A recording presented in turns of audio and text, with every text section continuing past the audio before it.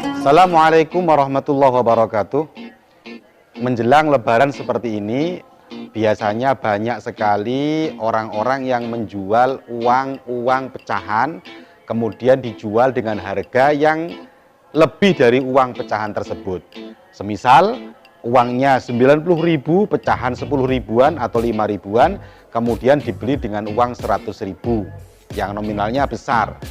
Nah, ini bagaimana menurut kajian para ulama? Ini saya jelaskan agak singkat saja. Para ulama minimal membagi dua. Ada yang memasukkan dalam akad B, jual beli, ada yang memasukkan ijarah atau ju'alah. Baik, kalau dimasukkan dalam B, jual beli, beli uang dengan uang, maka ulama dalam hal ini terjadi perbedaan pendapat. Perbedaan pendapat ini dipicu karena uang itu termasuk bagian dari ribawiyat apa tidak, termasuk dari hal-hal yang termasuk hal-hal yang ribawiyat, sesuatu yang mengandung masalah riba yang dinas apa tidak. Karena memang dalam kajian para ulama, ribawiyat itu satu, mat'umat, makanan. Nomor dua adalah zahab, emas. Nomor tiga adalah fiddah, yaitu adalah perak. Tiga-tiganya ini para ulama sangat ketat sekali dalam masalah hubungan dengan tiga hal ini, yaitu makanan, emas, dan perak. Karena salah sedikit maka bisa terjadi hukum riba.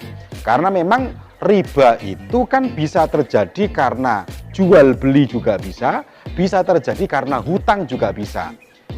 Saya menghutangi orang lebih dari apa yang saya minta dari apa yang saya hutangkan, riba. Al-qardu jarra manfaatan fahuwa riba. Jadi saya menghutangi 100.000 tapi minta 100.000 lebih dari 100.000, maka hukumnya adalah riba. Atau bisa juga terjadi dari jual beli. Ada orang beli beras dijual dengan beras, atau yang dijual beras dibeli dengan beras, maka juga bisa terjadi riba. Lah oleh karena itu dalam hal tiga ini, satu makanan, kemudian emas dan perak, ini para ulama agar tidak terjadi riba mempunyai syarat yang sangat ketat. Yang pertama harus nakdan, harus kontan. Yang kedua harus takobut fil majlis, yaitu serah terima dalam majlis itu. Yang ketiga yang sulit harus tamasul, tamasul mutamasilan, yaitu harus sama nominalnya.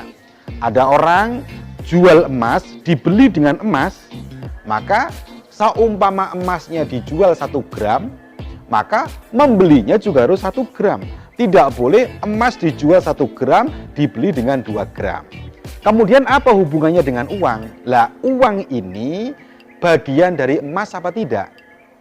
Nah, satu pendapat ulama mengatakan ini termasuk bagian daripada emas. Karena apa? Yang dimaksud emas dan perak itu adalah sesuatu yang bisa dibuat untuk jual beli. Kita tahu zaman dulu orang itu jual belinya pakai emas dan perak. Timahnya pakai emas dan perak. Sementara di Indonesia jual belinya tidak pakai emas dan perak, tetapi jual belinya pakai uang, pakai nominal, pakai kertas. Lah oleh karena itu, pendapat yang pertama yang menyamakan bahwa emas atau uang rupiah sama dengan emas ataupun perak, sama-sama bisa dibuat jual beli, maka hukumnya adalah kalau tidak sama dan diakati jual beli, maka hukumnya riba dan haram.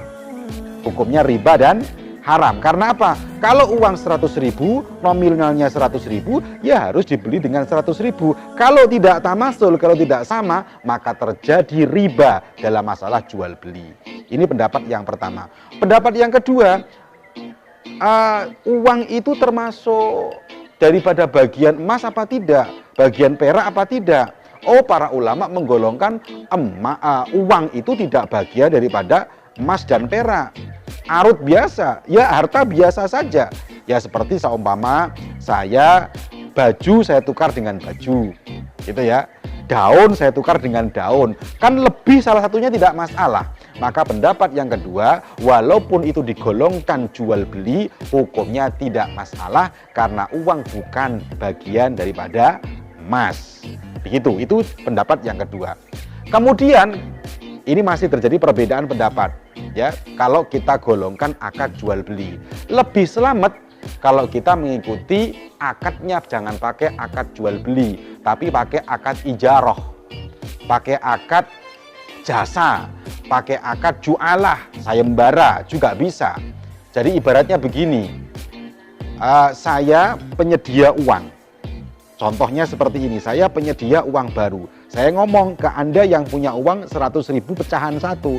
Saya ngomong, saya siap mempunyai, menyediakan uang 100.000 pecahan. Pecahan 5.000-an seumpamanya. Tetapi saya punyanya 90.000. Jasa saya mencarikan uang yang sebanyak 90.000 itu sampean ganti dengan uang 100.000. Jadi penggantinya 90.000, yang 10.000 sebagai upahnya saya. Jadi akadnya bukan jual beli, bukan jual, bukan beli, tapi akadnya adalah ijarah atau jualah.